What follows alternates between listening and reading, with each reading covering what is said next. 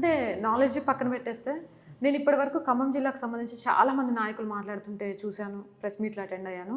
ఎప్పుడు కూడా అంటే ఈ ఉమ్మడి ఖమ్మం జిల్లా డెవలప్మెంట్కి సంబంధించి ఇలా మీరు మాట్లాడినట్టు ఎవరు చెప్పడం అయితే నేను చూడలేదు. అందుకే అడిగాను ఎస్పెషల్లీ. రైట్, మీరు బీజేపీలో అయితే జాయిన్ అయ్యారు, మీలాగే చాలామంది ఆస్పిరెంట్స్ ఉన్నారు. ఇంత ఆస్పిరెంట్స్ అందరి మధ్యలో వినోద్ రావునే ఎందుకు బీజేపీ అధినాయకత్వం చూస్ చేసుకోవాలి? ఇప్పుడు నేను నా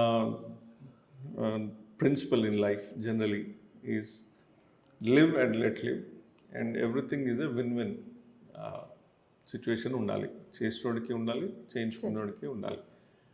అండ్ నేను ప్రధానంగా నేను ఎందుకు మోటివేట్ అయినాను అంటే నరేంద్ర మోడీ గారి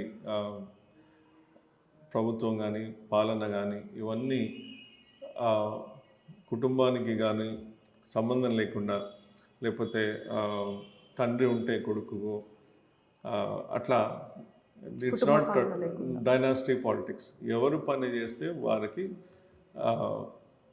గుర్తింపు అనేది వస్తుంది. మీరు పద్మశ్రీ అవార్డ్స్ కానీ ఏ అవార్డ్స్ కానీ చూస్తే పక్కింటి ఆయనకు కూడా తెలియదు అలాంటి మనుషులు ఉంటారని. అట్లాంటివి వారు ఎట్లా గుర్తిస్తున్నారు? కాబట్టి ఇదేదో రికమెండేషన్స్ లేకపోతే ఇంకేదన్నా బ్యాక్డోర్ ఎంట్రీస్ కాని రోజులు ఇవి. ఎవరైతే పని చేస్తారో వారిని గుర్తించే రోజులు. కాబట్టి it is a healthy competition.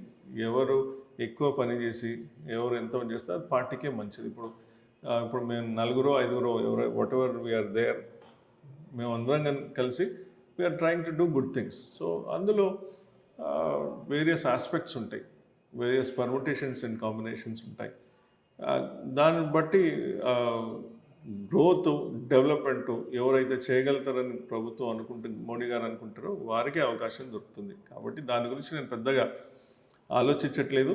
అది నేను ఏదో టికెట్ ఆశించే ఇక్కడికి రాలేదు. నాకు చేయాలనిపిస్తుంది, చేస్తున్నా. అవకాశం ఉన్నంత వరకు, అవకాశం వచ్చేంత వరకు కూడా నేను ఈ పని ముందుకు వెళ్ళాలని అనుకుంటున్నాను.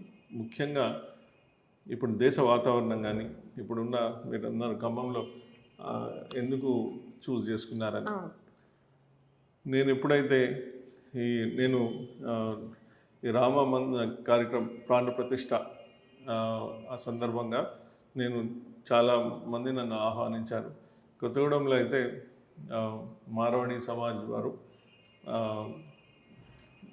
They are like my brothers, though they don't know me, వారు ఓపెన్ ఆర్మ్స్ తోటి వారి స్ట్రీట్స్లో తీసుకెళ్ళి వారి ఫ్యామిలీతో ఇంట్రడ్యూస్ చేసి జై శ్రీరామ్ అని చెప్పి, మోడీ గారి నాయకత్వం వర్ధిల్లాలని చెప్పి, మేము వీఆర్ ఆల్ వన్ అని చెప్పి, నాకు కల్నారా నేను చూసాను. మోడీ గారు వసుదైవ కుటుంబకం అన్నప్పుడు ఐ డెంట్ ఫీల్ వారు ఇతర భాషనో లేకపోతే నాదో తెలుగునో అట్లా నథింగ్. వాళ్ళు అంత 10-20 మినిట్స్లోనే వారు అంత ఓపెన్ ఆర్మ్స్ తోటి వెల్కమ్ చేసింది. సో ఇట్లాంటివన్నీ నిదర్శనం దట్ ఖమ్మం అనేది చాలా జాగృతమైన ప్రదేశం.